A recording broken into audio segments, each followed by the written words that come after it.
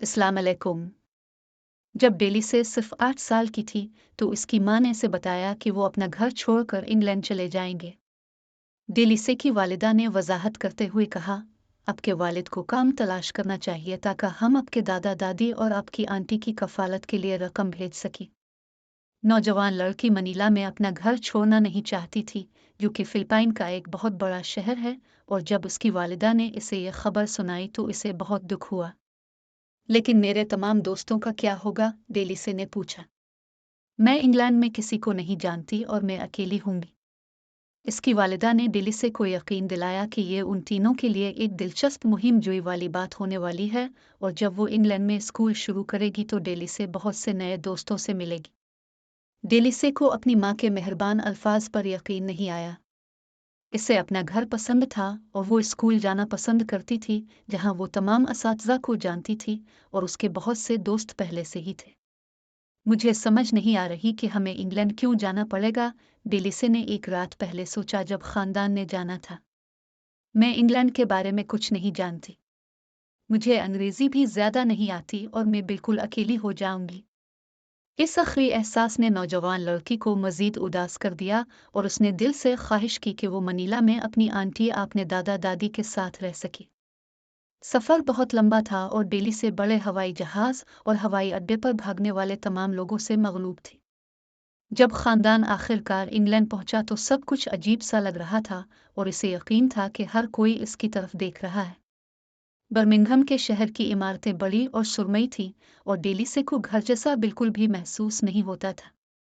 पहला महीना अचानक गुजर गया जब खानदान को रहने के लिए एक घर मिल गया और डेलिसे के वालिद काम की तलाश में बाहर गए ताकि वो फिलिपाइन में बाकी खानदान को पैसे वापस भेज सकी। नौजवान लड़की बहुत अकेली थी और अगरचे उसकी माँ उसके साथ खेल खेलती थी और इसे उधर उधर घुमाने के लिए बाहर ले जाती थी, डेलिसे अपने दोस्तों को बहुत याद करती थी और ये महसूस करने में अपने आप को नहीं रोक सकती थी कि वो नए शहर में बिल्कुल अकेली है। रात को वो अपने बिस्तर पर रोती रहती थी और वो अक्सर ख्वाब देखती थी कि अगले दिन इसके वालिद इसे जगाएंगे और बताएंगे कि वो घर लौटने वाले हैं। लेकिन हर सुबह डेली से बेदार हुई और इसे एहसास होता कि शायद वो फिर कभी घर वापस नहीं जाएगी। एक सुबह जब वो दूध के साथ अनाज का अजीब सा नाश्ता खा रही थी, सीनांगिक के इसके मामूल के नाश्ते की तरह कुछ भी नहीं जो मज़ेदार अंडों से बने चावल थे, डेलिसे को मालूम हुआ कि वो स्कूल जाने वाली है। इसकी माँ ने कहा, ये आपके लिए घर से बाहर निकलना और नए दोस्तों से मिलना बहुत अच्छा होगा। लेकिन डेलिसे ये खबर सुनकर खुश नहीं हुई।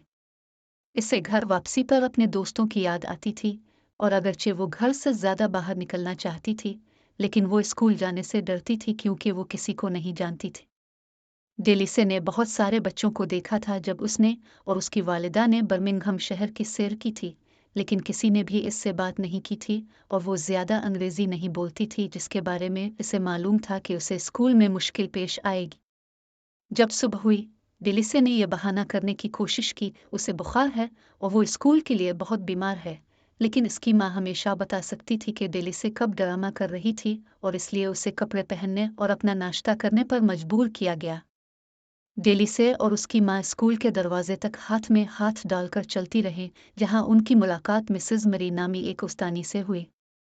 उस्तानी बहुत मिलनसार थी और उसने डेलिसे का स्कूल में खैर मकदम किया और उसकी वालिदा को बताया कि वो 3 बजे दोबारा आकर अपनी बेटी को वापस ले सकती है।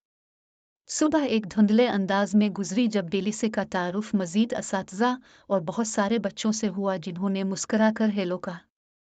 डेलिसे को बहुत कुछ समझ नहीं आया कि इससे क्या कहा गया, लेकिन यह समझाया गया कि दोपहर को वो दूसरे बच्चों के साथ एक खुसूसी क्लास में जाएगी जो पूरी दुनिया से इंग्लैंड मुंतकिल हुए थे। जब डेलिसे बाद में इस दोपहर को क्लासरूम में पहुंची तो उसने दरवाज़ा खटखटाया और अंदर चली गई। अजनबियों से मिलने के इतने लंबे दिन से वो बहुत नर्वस थी और बहुत थक भी गई थी। लेकिन जब वो अंदर आई तो मिसेज महमूद ने बड़ी मुस्कुराहट के साथ इसका इस्तकबाल किया जो पाकिस्तान से थी। दोस्ताना बने चावल थे ने कहा, दिल्ली से अंदर आओ, आज हम एक किताब पढ़ रहे हैं जिसका नाम प्यास इन बूट्स है और बाद में हम कुछ गेम्स खेलेंगे और पेंटिंग करेंगे। नौजवान लड़की ने देखा कि क्लासरूम में मौजूद तमाम बच्चे एक दूसरे से बहुत मुख्तलिफ थे। एक लड़का जिम्बाब्वे से और 2 लड़कियां पोलैंड से थीं। अल्बानिया की एक बड़ी लड़की थी और एक लड़का जो डेलिसे से भी छोटा था, जिसने कहा कि वो ईरान से है। और उससे हैरान करने की बात यह है कि क्लासरूम के पिछले हिस्से में प्यास इन बूट्स की एक कॉपी हाथ में पकड़े कालिया नामी एक नौजवान लड़की बैठी थी, जो कि फिलिपाइन की थी। यहाँ आओ और मेरे पास बैठो, कालिया ने कहा, जो डेलिसे की तरह हैरान थी। दोनों लड़कियां फौरी दोस्त बन गईं क्योंकि कालिया ने प्यास इन बूट्स की कहानी के बारे में और बताया कि उन्होंने मिसेस महमूद के साथ अपनी इंग्लिश को कैसे बेहतर बनाना सीखा, जो पूरी दुनिया की बेहतरीन टीचर थी। इस दोपहर डेलिसे ने क्लास में हर एक बच्चे से बात की, और अगरचे वो हर दफ़ा ये नहीं समझ पाती थी कि वो क्या कह रहे हैं, लेकिन वो एक बात यकीनी तौर पर जानती थी, तमाम बच्चे नई जिंदगी शुरू करने के लिए इंग्लैंड आए थे, और अगरचे कभी कभी किसी नई जगह पर होना खौफनाक होता था जहां आप ज़बान नहीं बोलते थे, वहां हमेशा कोई ना कोई आसपास होता जो मदद करता। और उससे कोई फर्क नहीं पड़ता है कि आप दुनिया में कहाँ गए हैं, आपको हमेशा एक दोस्त मिलेगा। डेलिसे को तब एहसास हुआ कि वो कभी तन्हा नहीं होगी। इंग्लैंड इसका नया घर था और वो इससे बेहतरीन फ़ायदा उठा